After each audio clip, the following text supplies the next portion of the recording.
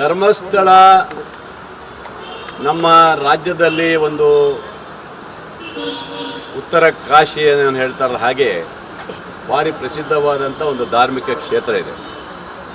ಇವತ್ತು ಅದರ ವಿಚಾರವಾಗಿ ವಿರೋಧ ಮತ್ತು ಪರ ಭಾಳ ನಡೀತಾ ಇದೆ.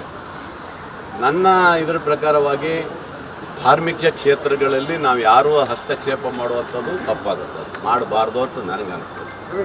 ಯಾಕಂದರೆ ಆ ಕ್ಷೇತ್ರಕ್ಕೆ ಭಾಳ ಜನ ಭಕ್ತಾದಿಗಳು ಮತ್ತು ನಂಬಿಕೆ ವಿಶ್ವಾಸ ಇಟ್ಕೊಂಡು ಹೋಗುವಂಥದ್ದು ನಾವೆಲ್ಲರೂ ನೋಡಿದ್ದೀವಿ.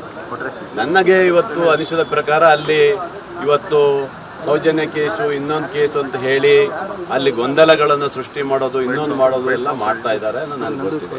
ಆದ್ದರಿಂದ ನಾನು ಎಲ್ಲ ಎರಡು ಕಡೆಗೂ ಹೇಳೋದಿಷ್ಟೇ, ಪರ ವಿರೋಧ ಹೇಳೋದಿಷ್ಟೇ, ಧಾರ್ಮಿಕ ಕ್ಷೇತ್ರಗಳನ್ನು ಅಪವಿತ್ರ ಮಾಡಲಿಕ್ಕೆ ಹೋಗಬೇಡಿ ಅಂತ ನಾನು ಇವತ್ತು ಕಡ್ಡಾಯವಾಗಿ ನಾನು ಹೇಳ್ತಾ ಇದ್ದೀನಿ. ಯಾಕಂದರೆ ಇದು ನಮ್ಮಲ್ಲಿ ನಂಬಿಕೆ ವಿಶ್ವಾಸ ಇಟ್ಕೊಂಡು ಹಿಂದಿಂದಲೂ ನಾವು ಬಂದಿದ್ದೀವಿ. ಇವತ್ತು ನಾವು ಹಿಂದೆ ಬಾಲ್ಯದಿಂದಲೂ ಸಹ ಆ ಕ್ಷೇತ್ರಕ್ಕೆ ಹೋಗಿ ಬರುವಂಥದ್ದು ಅಲ್ಲಿಯ ನಂಬಿಕೆ ವಿಶ್ವಾಸಗಳನ್ನ ಇಟ್ಕೊಂಡು ಬಂದಿದ್ದೀವಿ. ವೀರೇಂದ್ರ ಹೆಗ್ಗಡೆ ಅವ್ರ ಬಗ್ಗೆಯೂ ಸಹ ಅಪಾರವಾದಂಥ ಗೌರವ ಇಟ್ಕೊಂಡು ಬಂದಿದ್ದೀವಿ. ನಾನು ಸರ್ಕಾರಕ್ಕೂ ಹೇಳೋದು, ಇವತ್ತು ಏನು SITಯಲ್ಲಿ ಇದು ಮಾಡಿದ್ದಾರೆ, ಒತ್ತಡ ಜಾಸ್ತಿ ಹಾಕಿದ್ದಾರೆ ವಿರೋಧ ಇರುವಂಥವ್ರು, ಅದರಿಂದ SIT ಹಾಕಿರ್ಬೋದು ನನಗೆ ಅನಿಸ್ತದೆ. ಆದರೆ ಧಾರ್ಮಿಕ ಕ್ಷೇತ್ರದಲ್ಲಿ ಅಪವಿತ್ರ ಮಾಡುವಂಥ ಕೆಲಸವನ್ನು ಯಾವುದೇ ನಮ್ಮ ಸರ್ಕಾರದ್ದು ಕೈದು ಮಾಡೋದು ಬೇಡ ಅಂತ ನನಗೆ ಅನಿಸ್ತದೆ. ಅದ್ರ ಬಗ್ಗೆ ನಾನು ಹೇಳ್ತಾ ಇದ್ದೀನಿ. ಯಾಕಂದರೆ ಇವತ್ತು ನೋಡಿ, ನಮ್ಮ ಸಿಗಂದೂರು ಕ್ಷೇತ್ರನೂ ಸಹ ಹಿಂದೆ ಇದ್ದಂಥ BJP ಸರ್ಕಾರದಲ್ಲಿ ಅದನ್ನು ಇವತ್ತು ಮುಜರಾಯಿಗೆ ಹಾಕಿದ್ರು ಇವರೆಲ್ಲ ಸೇರ್ಕೊಂಡು.